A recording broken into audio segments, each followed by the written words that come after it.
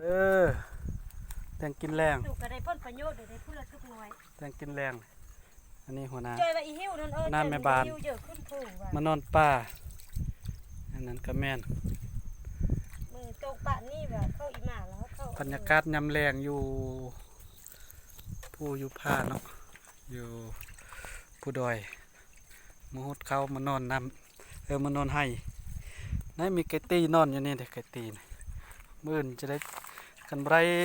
อันกินมื้ออื่นก็ได้กินอันนี้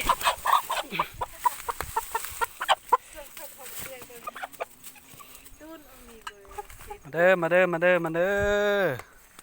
ย้อนอดีตปิ้งไก่ได้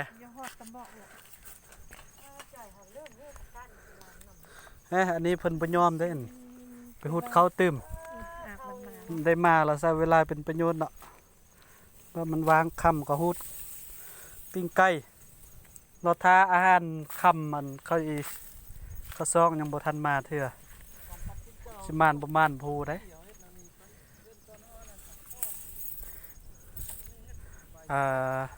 เทื่อก็ได้ตัวนกตัวฮอกตัวนู่มากินแหละอันนี้ปิ้งไก่บานก่อนบรรยากาศโอ้ยลมเย็นว่อยๆเว้ยเฮ้ยอันนั้น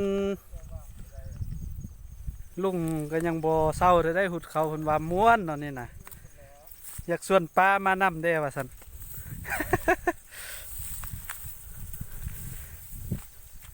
บรรยากาศยามแลง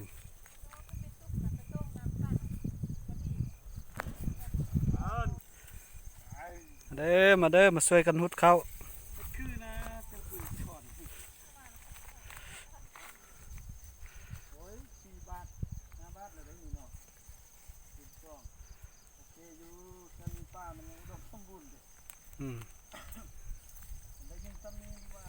อากาศตะเว้นตกแล้วก็เริ่มเย็นแล้วได้ลมก็เริ่มมาแล้ว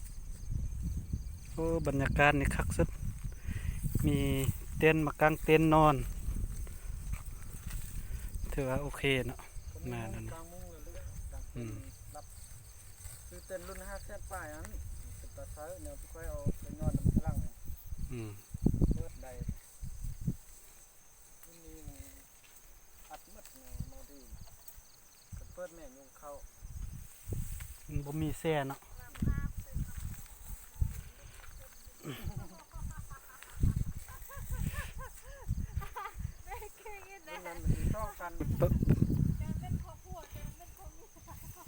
ปลาเพิ่นได้เจอแห้งหัวอักเพราะว่า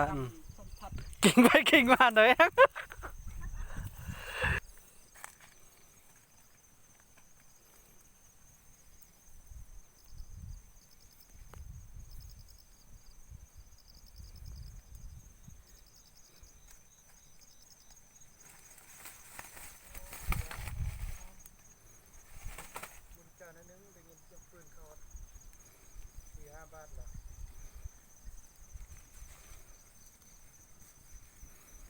อยู่บ้านเขายังหุ่งอยู่ได้เนาะสำนี้